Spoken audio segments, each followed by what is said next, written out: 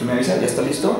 Ok, ¿nos podría decir su nombre, por favor? Padre Eduardo Vargas, de la parroquia de Santa María de Guadalupe. ¿Cuánto tiempo tiene de ser sacerdote? 15 años. Ok, bien. ¿Usted cree que el hombre tiene antecedentes o ancestros no humanos? El ser humano no. El ser humano no tiene antecedentes no humanos, porque el ser humano o es humano desde el principio o nunca es ser humano. Nunca hay una evolución de no ser humano a sí ser humano, sino que el ser humano es ser humano desde el primer momento de su existencia. También el primer ser humano no es así. Entonces, si entendemos que ancestros, que hubiera alguna forma de una especie de animal que antes no era humano y luego llegó a ser humano, no, porque los animales no tienen capacidad de superación ni de autotrascendencia. Pero si se hubiera pueden elevar a una trascendencia ellos mismos, no se puede elevar a una trascendencia. Si hubiera un animal, por ejemplo, el ornitorrinco, que es el único mamífero conocido que tiene veneno, no porque tenga una capacidad especial, vamos a decir que fue creado directamente por Dios. No sé si me explico. O sea, no porque el humano tenga un entendimiento especial o una capacidad de comunicación superior, ya inmediatamente por eso decimos, entonces tuvo que ser infundido por Dios el Espíritu. O sea, bueno, el Espíritu sí es infundido por Dios. ¿Qué prueba hay de eso? Eso no cabe duda. ¿Qué prueba hay de eso? La Sagrada Escritura. ¿Solo la Biblia? Sí, solo la Biblia. Pero sería una cuestión de fe. Bueno, también en la cuestión de la ciencia demuestra que la materia no se puede superar a sí misma. La materia no se supera a sí misma. Lo que es animal sigue siendo animal. Lo que es vegetal sigue siendo vegetal. Lo que es mineral sigue siendo mineral. Nunca una piedra va a llegar a ser una planta. Una planta se puede llegar a ser diversos tipos de planta, o un gran árbol. Lo que pasa es pero no hay capacidad de autotrascendencia. Si usted viera que compartimos un 99% del ADN con los chimpancés, que tenemos el mismo sistema digestivo, el mismo sistema cardiovascular, el mismo sistema linfático, o sea, tenemos muchísimas cosas parecidas con ellos, ¿usted diría que no tenemos absolutamente nada que ver con ellos? Bueno, no somos animales nosotros, la semejanza biológica no es semejanza de naturaleza. La semejanza biológica no es semejanza de naturaleza. Puede haber otros sistemas de respiratorio, digestivo, circulatorio. Pero lo tenemos igualito que ellos. O sea, no hay un hueso que usted tenga o yo que no tenga un chimpancé. ¿No se le hace como que mucha coincidencia? Bueno, aunque sea coincidencia, no quiere decir que tengamos la semejanza o que hayamos sido antes. El ser humano, si es humano desde un principio, no es humano previamente, en otra forma, en otro ser. Entonces, eso es en cuanto a nuestra fe. Si una persona... Eso es exactamente lo que quería... O sea, entiendo si usted o otra persona, yo, quien sea, dice es que esta es mi fe y por eso yo lo creo, eso es, como comentamos, es respetable, definitivamente. Pero lo que me refiero es que cuando se dice es que no hay duda de que Dios infundió el Espíritu, yo diría que sí habría pues bastante duda, porque todas esas capacidades que usted habla de trascendencia, de superación, yo pienso que son consecuencia en muy buena parte de las capacidades de comunicación de los humanos, o sea, de nuestro lenguaje. Si yo, por ejemplo, tengo un bebé y lo pongo en una isla desierta, tiene potencialmente la capacidad para poder hablar, desarrollarse, etc., pero nunca ha escuchado hablar a otro ser humano, nunca, nada. Más o menos como la historia de Tarzán. Si nosotros fuéramos a esa isla y lo visitáramos, pues sería un aborigen. Lo que pasa es que esa capacidad que nosotros pensamos... Pero no sabemos cómo va a poder esa persona aplicar sus capacidades intelectivas, porque tú pones a un chango, pones a un ser humano y no se van a desarrollar igual en la misma isla. No, definitivamente que no. ¿Y por qué? Porque tiene una realidad que este otro no tiene.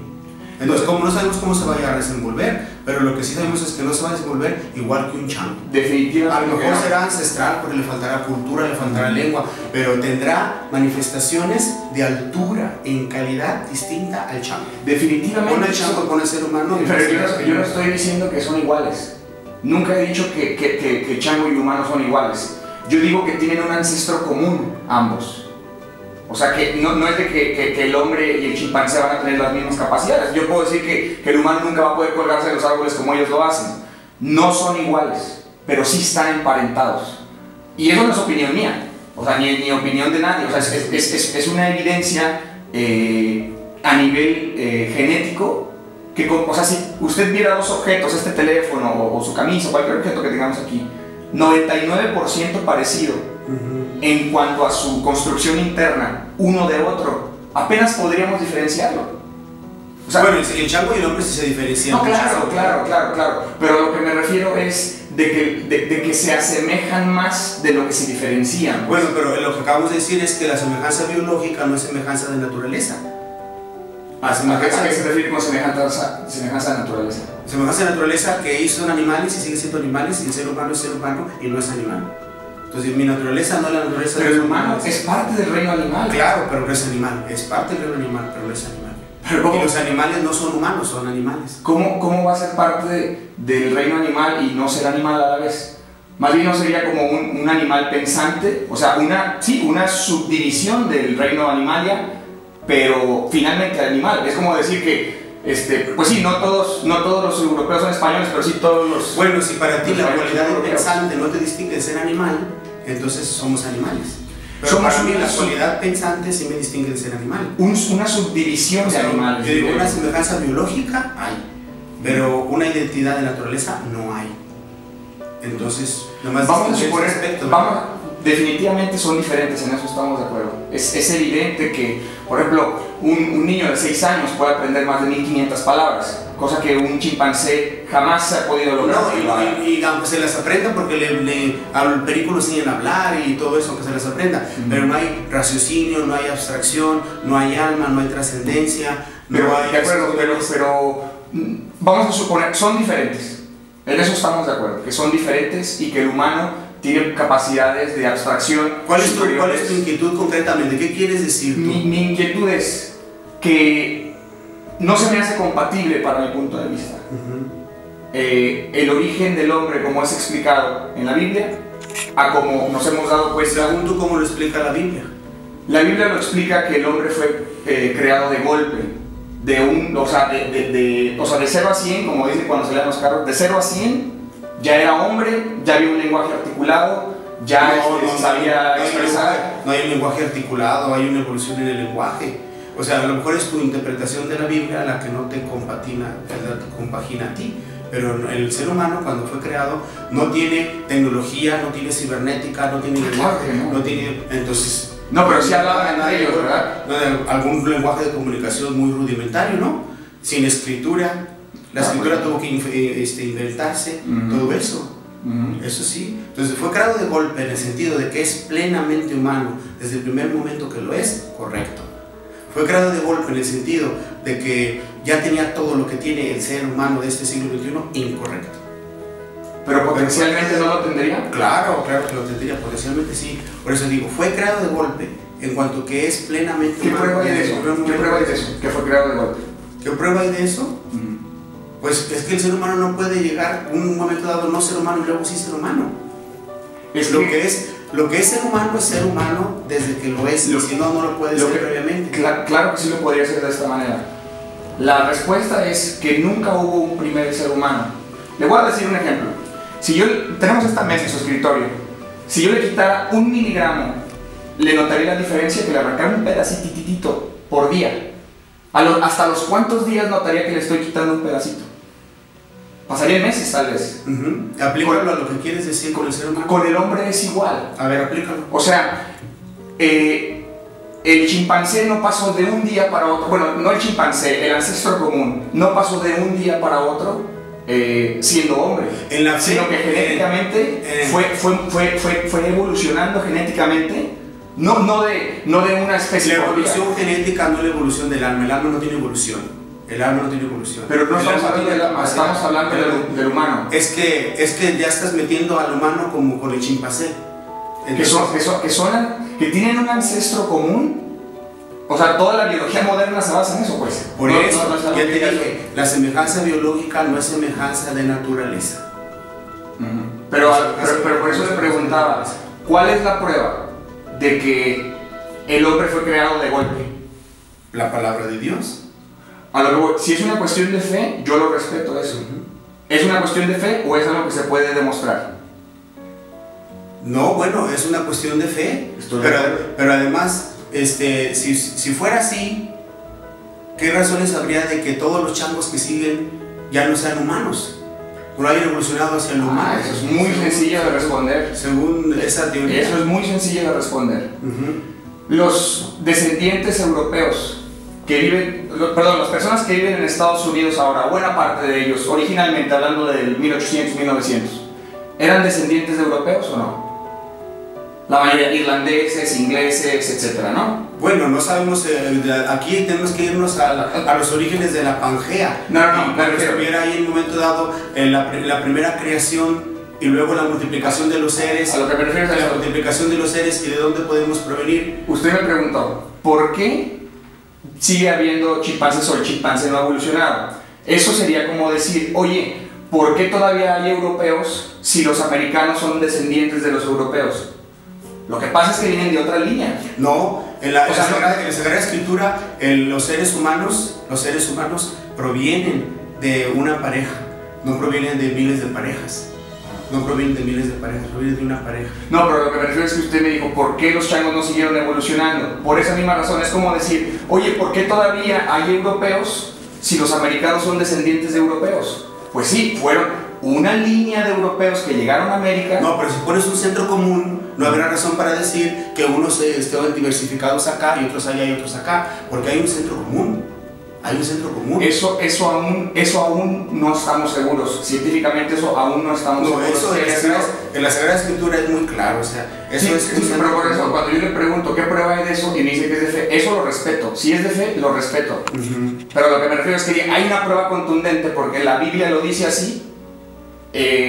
Conozco personas, yo tengo amigos musulmanes que viven en Pakistán con una fe igual de fuerte que la suya, pero en sentido opuesto.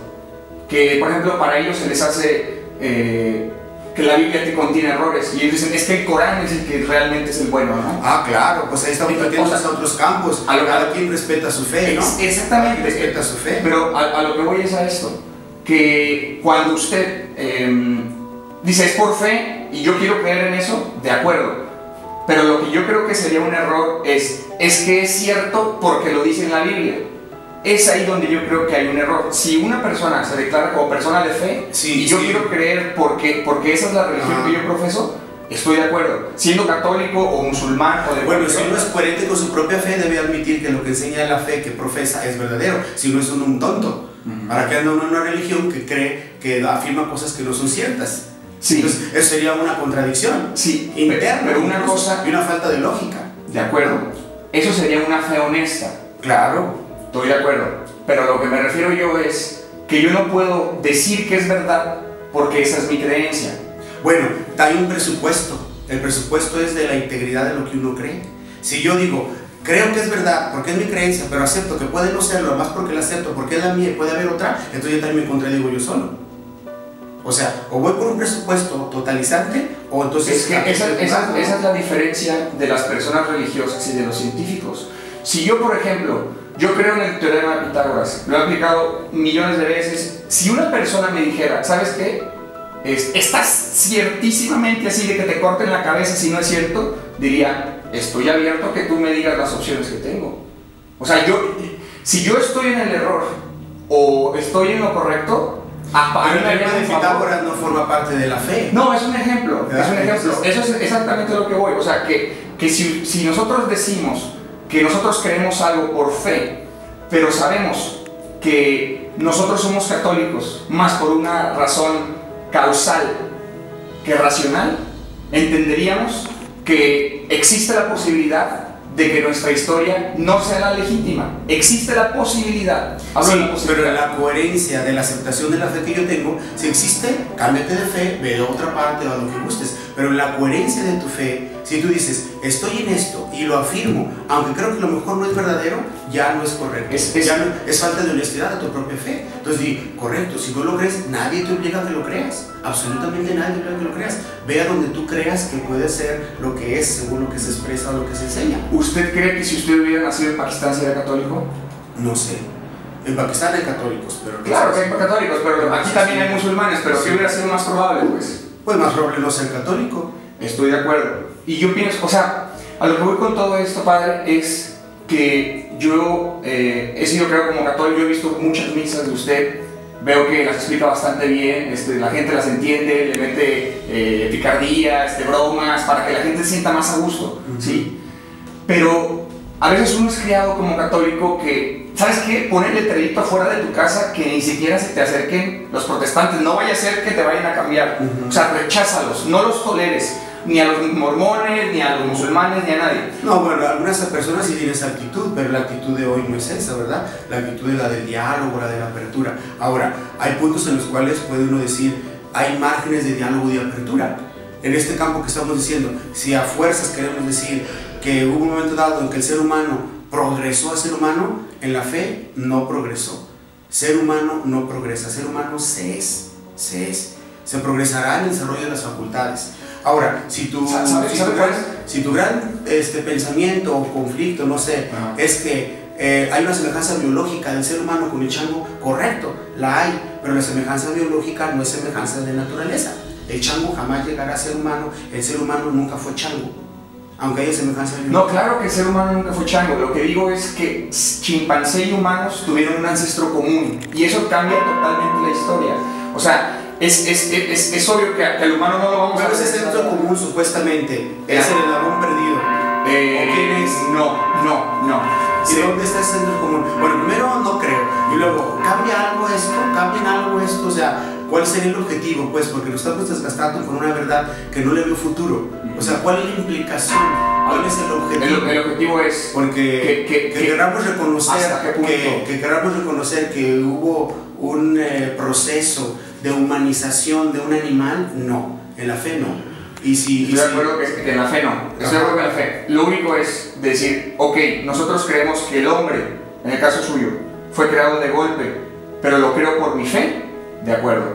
Pero que sea, de que es así porque dice la Biblia, yo pienso que estaríamos equivocados en afirmar eso. El hombre tampoco puede afirmar lo contrario. La ciencia no lo puede afirmar lo contrario. Afirmar que el hombre fue creado o fue una evolución o una humanización del animal. De hecho, la evolución es un hecho. Lo que no es un hecho es la que evolución es un hecho y es aceptado también por la fe. De acuerdo. Que hay evolución. Lo que no es un hecho, y por eso es teoría, es que haya sido por selección natural.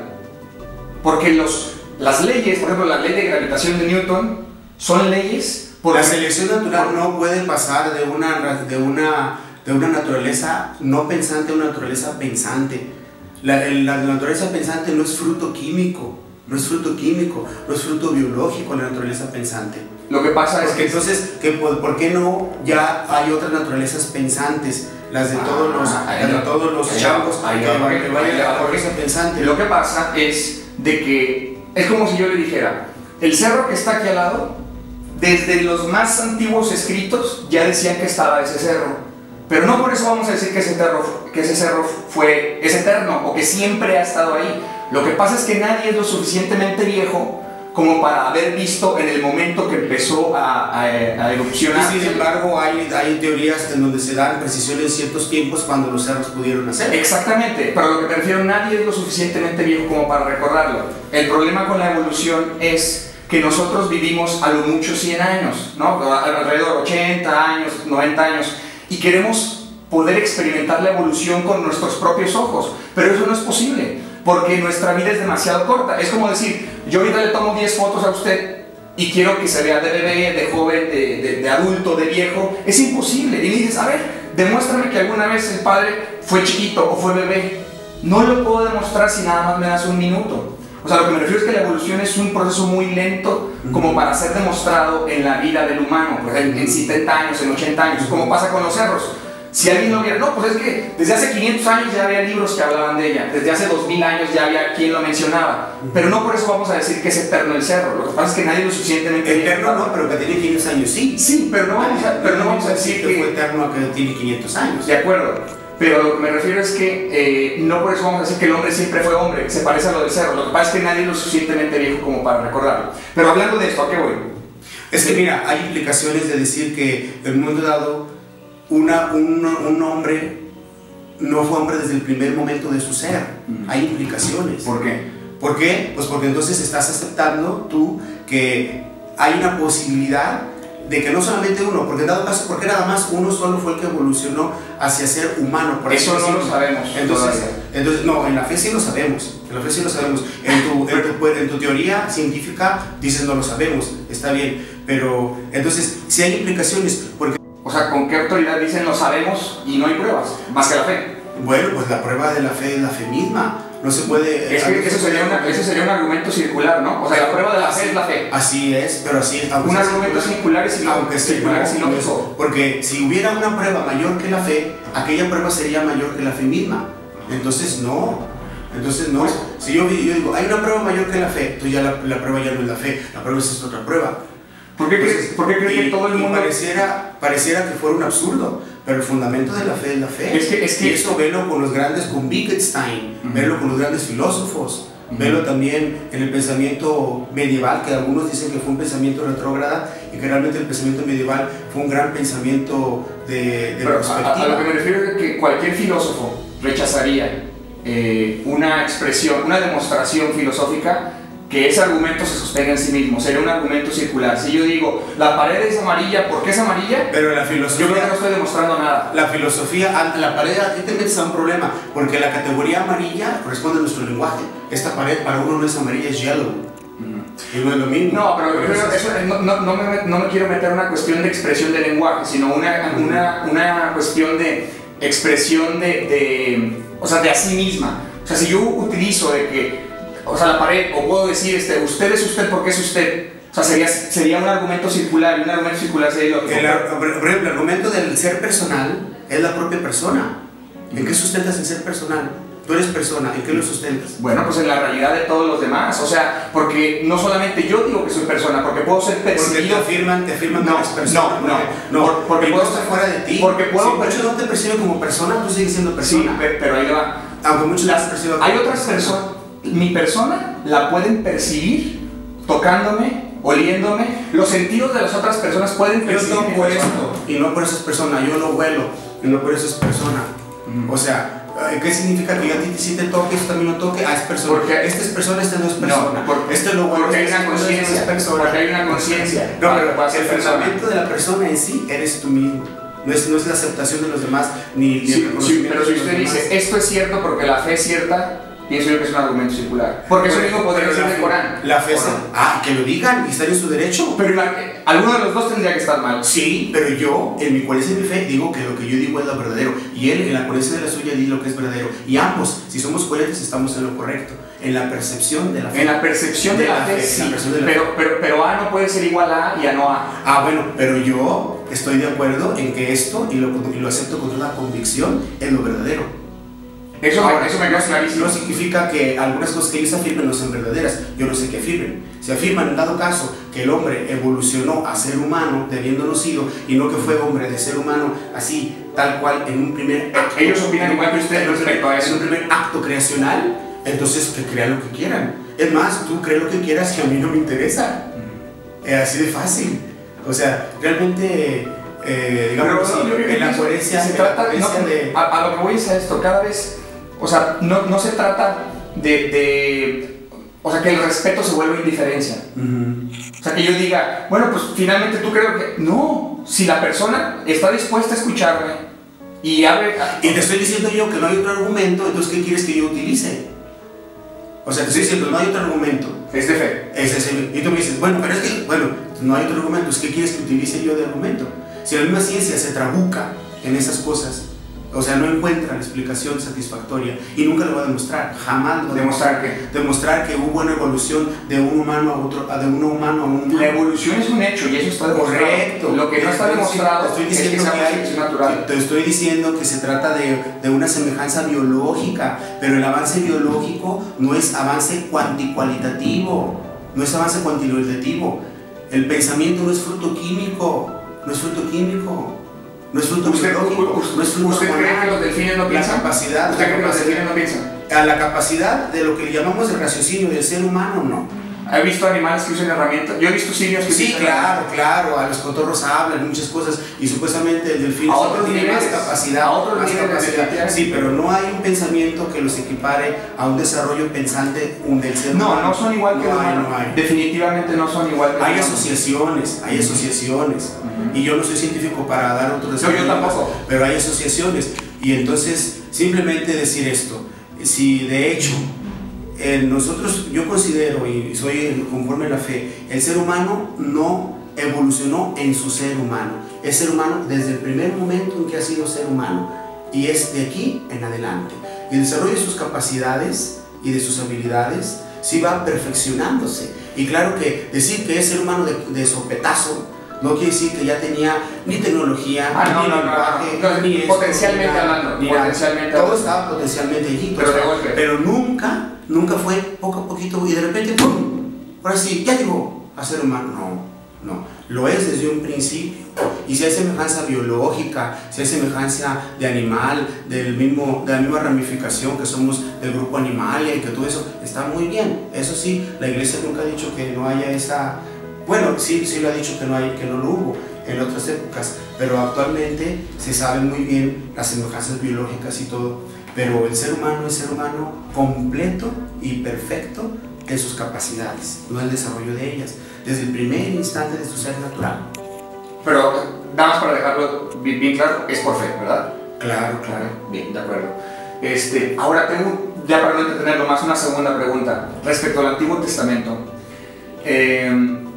¿Qué opina usted de que Dios ordenara invadir otros pueblos? De que Dios presentara sentimientos plebeyos como los celos, como el coraje. Que son antropomorfismos. Que el ser humano le atribuye a Dios sentimientos para comprender incluso su propia realidad de Él y no porque realmente sean vividos por Dios. Estoy totalmente de acuerdo en eso. Ahora, ¿pero realmente cree que Dios haya dado la orden, ve y ataca a ese pueblo? No. O sea, los judíos se lo inventaron. Bueno, es que aquí el problema es hasta cierto punto también cultural o hasta cierto punto de evolución de la raza, porque el pueblo judío en sus primeras expresiones como tal era un pueblo rudimentario, era un pueblo brusco, era un pueblo bruto. Sí. Pues a la época de 1000 años antes de Cristo, sí. Una cultura no evolucionada con un fuerte sentimiento religioso. Y ahora, habría que combinar muy ponderadamente, por una parte,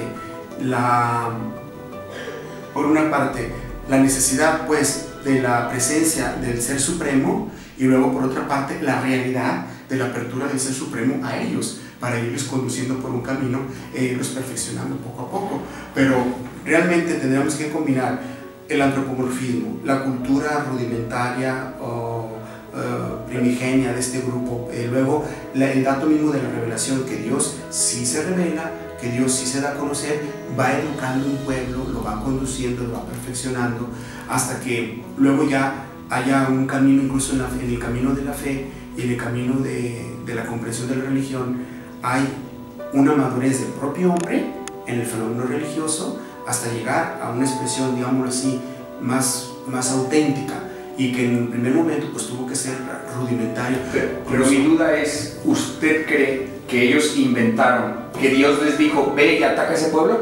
¿Fue invención de ellos o Dios realmente lo dijo? No me atrevería a decir ni una cosa ni otra, de que Dios realmente se los haya dicho, de que sea un contexto social de necesidad de propiedad de la tierra con justificación religiosa, y de que sea al mismo tiempo también un acontecimiento histórico del cual Dios se vale para luego irse revelando. A lo que yo le digo mi punto de vista. Yo pienso que los judíos mintieron porque eso equivaldría a decir que Dios es un asesino.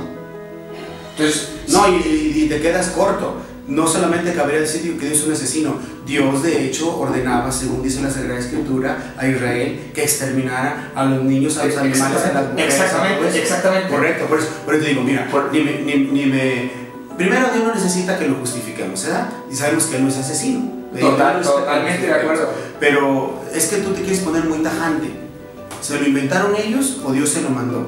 Y yo te estoy diciendo, por una parte, ni se lo inventaron ellos, porque más bien corresponde a una necesidad social de propiedad de la tierra, a una necesidad social de robársela. Sí, claro, de propiedad de la tierra, como todos harían lo mismo. y todos lo leen lo mismo en el nombre de sus propios dioses. Ajá. Eso es natural en la época, o sea, hay que ubicarnos en la época de allá. Israel hizo eso, pero los hititas, los jebusitas, los jebeos, los jebuseos y todos los kenitas, todos hacían lo mismo y también en nombre de Dios. Pero ¿a qué respondía eso?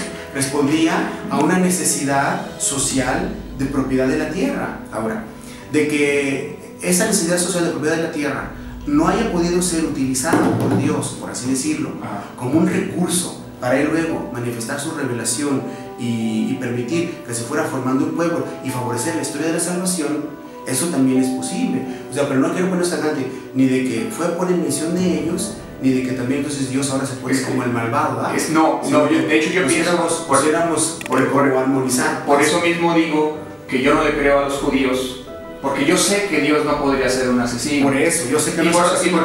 Y por otro lado, ¿qué opinaría usted si los nazis dicen, es que nosotros matamos a los judíos? Que dijeran, que hubiera sido el caso, en el nombre de Dios, en el nombre de Dios, usted le hubiera dado, bueno, pues si nosotros le metemos un contexto donde ellos pues son brutos o porque son muy burdos, pues ni modo, pues le tocó de perder a los judíos y que maten a 3 millones. O sea, yo creo que también, usted me dice, es que es muy tajante. Yo creo que si estuviéramos en los zapatos de las personas que asesinaron a su padre, a su hermano, etcétera, nos pondríamos completamente de acuerdo mucho más tajantes. Estoy completamente de acuerdo contigo, pero lo que te estoy diciendo es esto.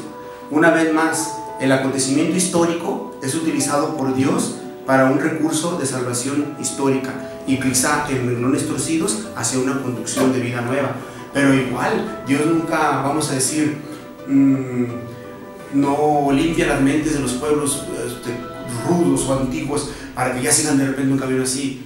No, el Señor se va valiendo de la realidad histórica y del progreso cultural poco a poco y civilización de los pueblos para hacer su presencia. Pero esa realidad de la guerra, pues no necesitamos adjudicarse ni siquiera al pueblo de Israel. Si imagínate tú, a propósito ahorita de los famosos seres humanos desde la antigüedad, el ser humano de la antigüedad tuvo que matar para comer quizá. Ahí está. Entonces, igual. Aquí la problemática que yo veo es seguir creyendo en la gente que hace cosas malas porque lo hace en nombre de Dios. No, claro, eso no. La problemática esa se queda superada porque, vamos a decirlo, una vez superada la limitación de la cultura y del razonamiento de las épocas precristianas, pues hoy también la humanidad misma entera lleva una razón en cultura, en formación y en más datos, como tú acabas de decir. Vamos con cada época, las generaciones vamos acumulando memoria histórica. Ahora nos tocó vivir aquello, tenemos ya mejores conciencias de todas las cosas. Así es. Entonces, justamente ese avance que se va dando a través de los siglos, hoy en la época actual, en conciencia, en civilización y en comprensión auténtica de lo que significa la fe, sabemos que en ningún momento dado uno puede en nombre de Dios ni matar, ni quitar la vida o imponer sobre otro pueblo o nada, y cosa incluso que todavía siguen haciendo en parte los musulmanes, cosa incluso, pero de que no es así actualmente la comprensión y que no se debe proceder, no. Ahora, pero vámonos sacando de los anacronismos, porque el anacronismo sería, yo quiero en esta comprensión de mi desarrollo filosófico, religioso, científico, social, cultural de mi época, querer pensar en 3000 años atrás. Pues no. No, yo pienso que es totalmente al revés. Yo pienso que es totalmente al revés y te voy a decir por qué. No es que yo quiera que de hace 3000 años o 5000 años o 10000 piensen como pienso yo o que se tengan que estar a las exigencias que yo en esta época pienso. Lo que pasa es que hay personas que enseñan, o sea, ellos se traen de esos 5000 años para acá a enseñarlo como una verdad. Hoy, los anacronistas es al revés. No soy yo el que me lo traigo, sino que se lleva a la gente. Esa es alguna cultura sui generis o alguna persona sui generis, pero no es el común de la humanidad. No, o sea, a lo que voy a decir es que me dicen, es que tú exiges demasiado por el hecho de que quieres que diga cosas científicas en la historia de Adán y Eva, pero yo creo que es al revés. Cuando alguien nos enseña a Adán y Eva, nos está trayendo cosas de un libro antiguo que no operan absolutamente nada en el siglo XXI y no las quiere poner en ese tiempo. No, opera en su verdad central, al menos para nosotros opera en su verdad central. ¿Cuál es su verdad central? Dios creó al hombre. Que no hay que y ahora si en esta verdad central se dicen todas las demás cosas de ciencia, de progreso, de tecnología y de avance que se quiera decir, sin afectar a que Dios es el único que lo creó y justamente lo creó de una sola pieza y en un solo acto creacional, entonces ahí sí hay diferencia. Pero que le pongan todo lo que quieran de avance, estamos de acuerdo en que es una cuestión de fe y eso yo lo respeto. Pero, ¿no cree usted que se necesita la misma fe para creer eso? Para creer, por ejemplo, que solamente hay un Dios, Alá. O sea, que si yo, la fe, para creer que son tres personas en un mismo Dios, no se necesita exactamente la misma cantidad de fe, en el caso de los musulmanes, para decir que solamente hay uno, sin triunviratos, sin copartícipes, ni nada. ¿Usted cree que con esa misma fe tan fuerte no podría creer lo otro? Sí. Eso es a lo que voy, y eso se me hace una respuesta honesta de su parte. O sea, ¿qué es lo que trato? Y no estoy tratando de fastidiarle, a lo que voy. He conocido que personas magníficas católicas, personas musulmanes, excelentes personas, etc. Y me doy cuenta que las diferencias que tenemos son más causales que racionales, que mucho tiene que ver por dónde nacimos y quién nos rodeó y quién nos crió y qué ideas nos dijeron desde el inicio. Y hace que cuando seamos grandes, sabes que no te juntes con ese porque es musulmán, sabes que no te juntes con ese porque él cree que... Pero algunos, o sea, no todos. Entonces, no todos, a lo que voy es de que cuando nos hacemos diferentes en las verdades de fe, o sea, pues lo somos definitivamente, ¿verdad? Creamos barreras de intolerancia. Cuando decimos, es que, yo hablo con musulmanes y me dicen, es que el Corán, esa es la verdad, esa es la fe verdadera. Y cuando veo esa cerrazón de que alguien dice que porque a él le tocó nacer en esa familia, esa es la fe verdadera, y cuando escucho exactamente la misma versión de católicos, de mormones, o sea, antier me estaban diciendo, es que esta es la iglesia de Cristo, porque la iglesia católica se corrompió, etcétera, etcétera, ¿no? Pero cuando empezamos a hablar de cuestiones causales, nos damos cuenta que todos fuimos afectados de la misma manera, y cuando nos ponemos a hablar de manera racional, nos damos cuenta de que sí, es una cuestión de fe, que si yo decido seguirla, es libre de hacerlo, es libre de adorar una piedra, de adorar un árbol, lo que usted quiera. Pero lo que me refiero es que no puedo decir que esto es verdad. Yo sí hice la fe. Yo sí, en mi contexto sí. Y si yo digo que no, yo mismo me estoy traicionando. ¿Usted cree que dudar es pecado? O sea, dudar, por ejemplo... No, yo puedo dudar de cosas que no estén en el ámbito de la no, me refiero, por ejemplo, yo como católico, si yo a veces dudo de decir, oye, tal vez... Dios no es Santísima Trinidad. Por ejemplo, peco. Pero si no yo... pecas, porque no creer no es pecar, realmente no creer es no pecar. Pero, pues entonces simplemente es honesto contigo mismo. Tú di, ¿sabes qué? Yo no creo en la Santísima Trinidad, porque ya el decir dudo, es decir, no estoy cierto en mi fe. Pero por ejemplo, yo he leído el libro de San Agustín. Él, yo creo que era de San Agustín, las personas que más dudaban. No, espérate, dudó antes de la aceptación de su fe, porque no era creyente. Así es. Pero una vez creyente, incólume, perfecto sea su fe. O sea, al principio de la fe, por eso te decía yo hace un momento, realmente el argumento de la fe y no es cíclico ni es, digámoslo así, autopreservativo, de decir, la fe es la razón más alta de la propia fe. Es un fundamento más hondo de lo que imaginamos. Porque si hubiera otra cosa más grande que la fe, fuera aquello lo que nos sostiene y no esto. Siempre nos sostiene lo más alto que hay, lo más alto que hay. Y para nosotros lo más alto que hay, en ese sentido, pues son las verdades de fe. Ahora, en las verdades de fe hay verdades de implicación, digámoslo así, totalizante, que no aceptan ambigüedad. Hay otros que pueden uno entrar en diálogo y todo eso, ¿no? Yo entraría en diálogo con temas de matrimonio, con temas de esto. Pero por ejemplo, que dijeran, Dios no es Santísima Trinidad, pues no lo creas tú, correcto, tu fe, punto, adelante, ya, que te vaya bien. Y yo sí creo, pero ahora yo creo con la convicción profunda de que sí lo hay, así como él cree con la convicción profunda de que no lo hay.